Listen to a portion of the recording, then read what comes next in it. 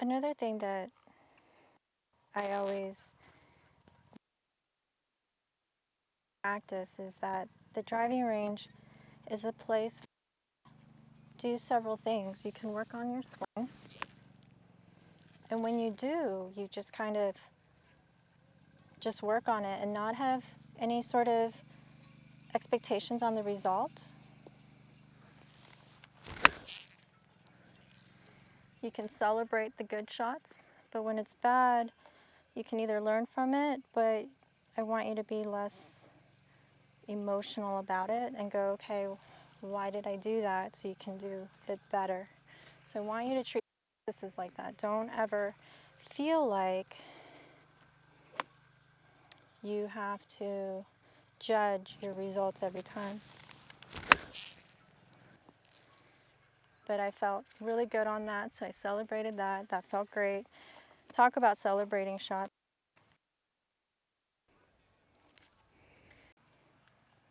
To take in that, you know what, good job, body, that was the right motion. So I said, good job, body, that was great. Let's try to do it again.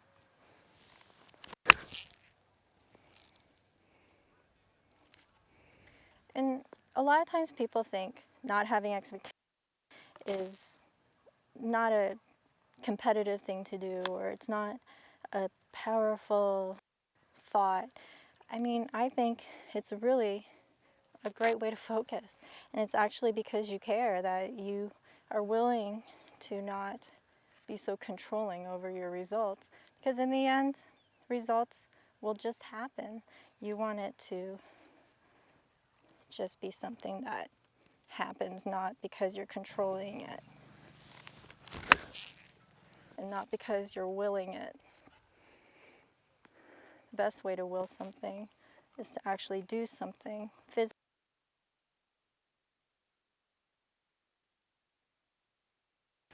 So you try to do the right motion. That's all you can control.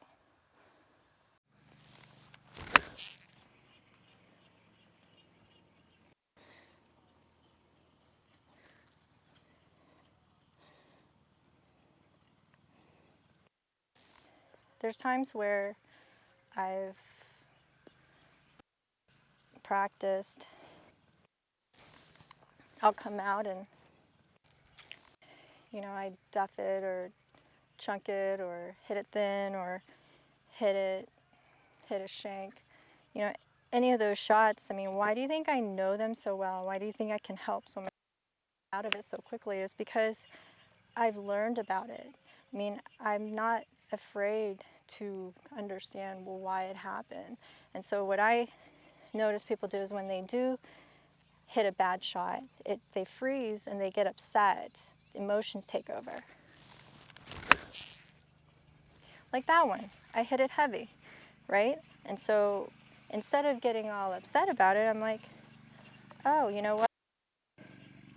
What did I do?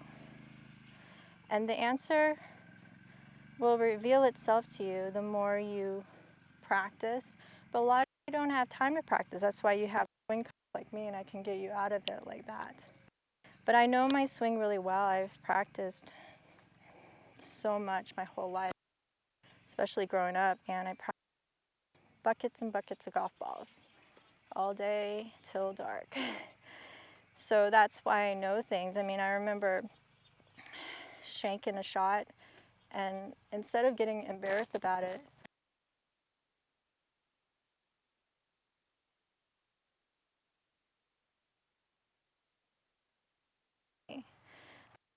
upset, I really wanted to repeat it and see what exactly it was. And I know so much about all these bad shots and how to get out of them and how to help others get out of them because I explored. I didn't get upset. And I teach a lot of my students, you know what?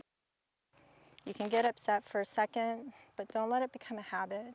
Just get upset, get over it, and then move on. Don't carry it over to the next shot, especially when you have a bucket of balls like this. I mean, if you take each emotion and you hit a shot and you carry it over to every single ball, how many times are you repeating being angry? I mean, if there's 110 golf balls in a large bucket of balls, you're learning how to be an angry bird 110 times. So I'd like you to learn how to figure things out.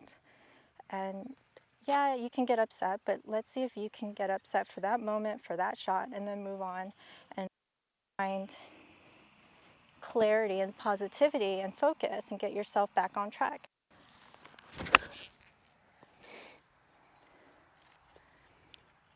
For me to be able to get to a point where I'm able to hit often, so I still make mistakes. We all do, but not as often. And when I do, I know how to get myself out of it. But the reason is, people say, oh, I want to hit it straight. I want to hit it far. How do you do that?